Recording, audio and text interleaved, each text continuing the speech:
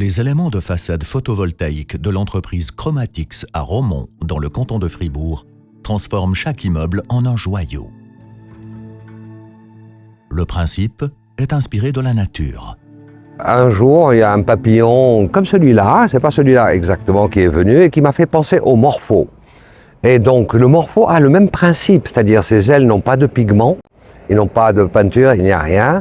Et je me demandais pourquoi ce principe.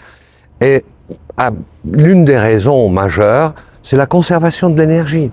C'est-à-dire il n'y a pas de perte d'énergie par les couleurs, les pigments et tout cela. Et donc je me suis demandé si c'est applicable au photovoltaïque. Et ça a marché du tonnerre, ça a très bien marché. En collaboration avec l'EPFL, nous avons transformé l'idée en un produit d'avenir. La moitié des émissions globales de CO2 proviennent des bâtiments et non pas des transports. La surface à disposition sur les toits n'est pas suffisante pour couvrir les besoins en électricité d'un bâtiment, en particulier pour les immeubles plus hauts. Le toit d'une petite villa avec 5 personnes ou le toit d'un gratte-ciel, c'est la même taille.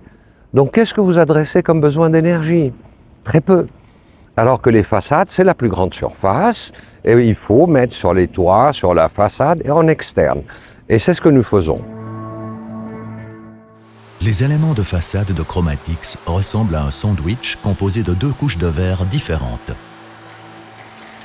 Sur un fond noir, la face avant satinée donne l'illusion de la couleur.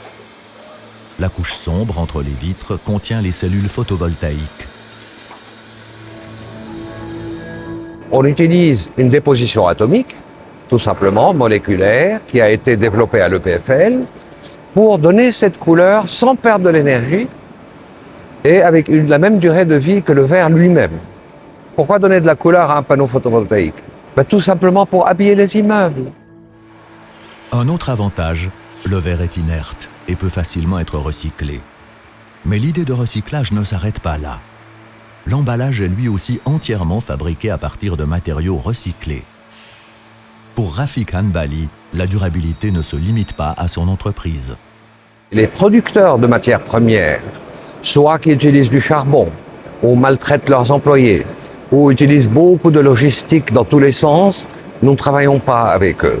Il faut que toute la chaîne soit propre, avant, pendant et après. Il va de soi que l'énergie avec laquelle les éléments sont produits provient à 100% de sources renouvelables.